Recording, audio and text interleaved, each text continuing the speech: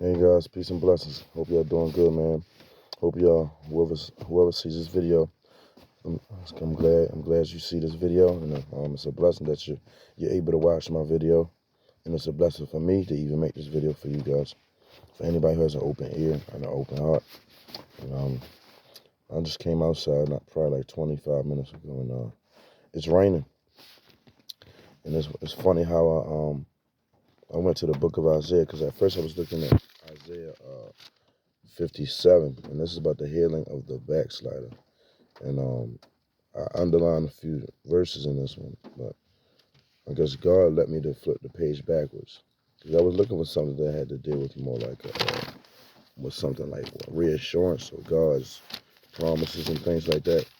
Because when I was reading, Isaiah is too. It's about healing for the backslider because like chapter 58. It's talking about cry loud, spare not, lift up thy voice like a trumpet, and shoot my people their transgression.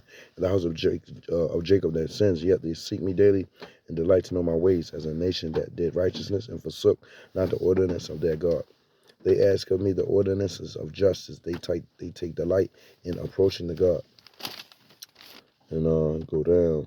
And so of course, they go through affliction, but of course, he redeems you. Then the next you go is talking about separated from God, and but it's talking about fast. It's talking about what is the reason that you fast. Is it like right here? It says, is it such a fast that I chosen? Is it a day for a man to afflict his soul, or is it to bow down his head as a bulrush and to spread sackcloth and ashes under him?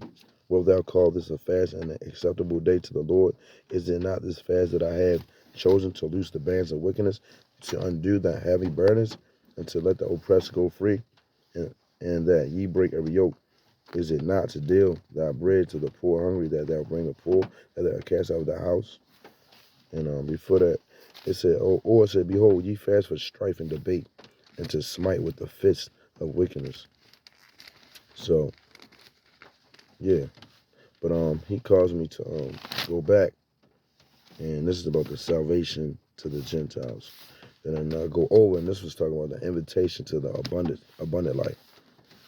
And I got a few underlined scriptures, and boom, it's verse 10 of chapter 55, and I'll read it to you guys. And it's raining, mind you, it's raining right now, pouring down rain. It's probably been raining for a good 4 days now, like a good rain. And we really needed this, man. I'm not gonna lie, it feels refreshing, to be honest. But all right, it says, it says, I'm gonna start from verse 9. It says, for as the heavens are higher than the earth, so are my ways higher than your ways, and my thoughts than your thoughts.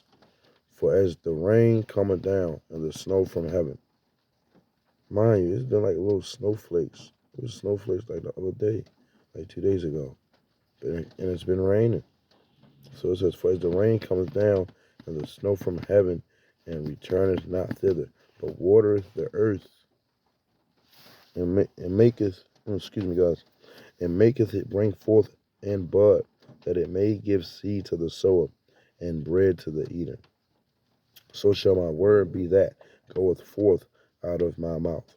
It shall not return unto me void, but it shall accomplish that which I please. So yes, God's word in this Bible, it never comes back void. And right now, and I mean, it's been like that since the beginning of time, the psychological warfare on the mind being in this world, because darkness and evil wants to convince you. It wants to fill your mind with doubt, fear, and all the above. That's negative. And this Bible is here to repel everything that is contrary to the not will and knowledge of God. And it's a must that every day that we feed our mind, our heart, and soul with this, it's the only way to survive. And it's amazing how God did it for me. How it all planned out for me, because when I was in church, when I was young, of course I believed in God, but I wasn't set in a position, because I was young, because I'm by myself and I live on my own. I wasn't set in a position where my faith had to be tested and had to be molded and groomed, because I'm on my own. And I started going through hardships. And then of course I've been through a lot of pain. I've been betrayed and things like that, backstabbed, loved the wrong people, trusted the wrong people, and got and of course accused of the wrong things, of lies and things like that. And it was all the enemy the whole time, and God really was keeping me safe that whole time because He really was keeping me safe, guys. From the bottom of my heart, I thank God so much. I know one thing: God not gonna bless you when you're around the enemy. He loves you too much to bless you around the enemy.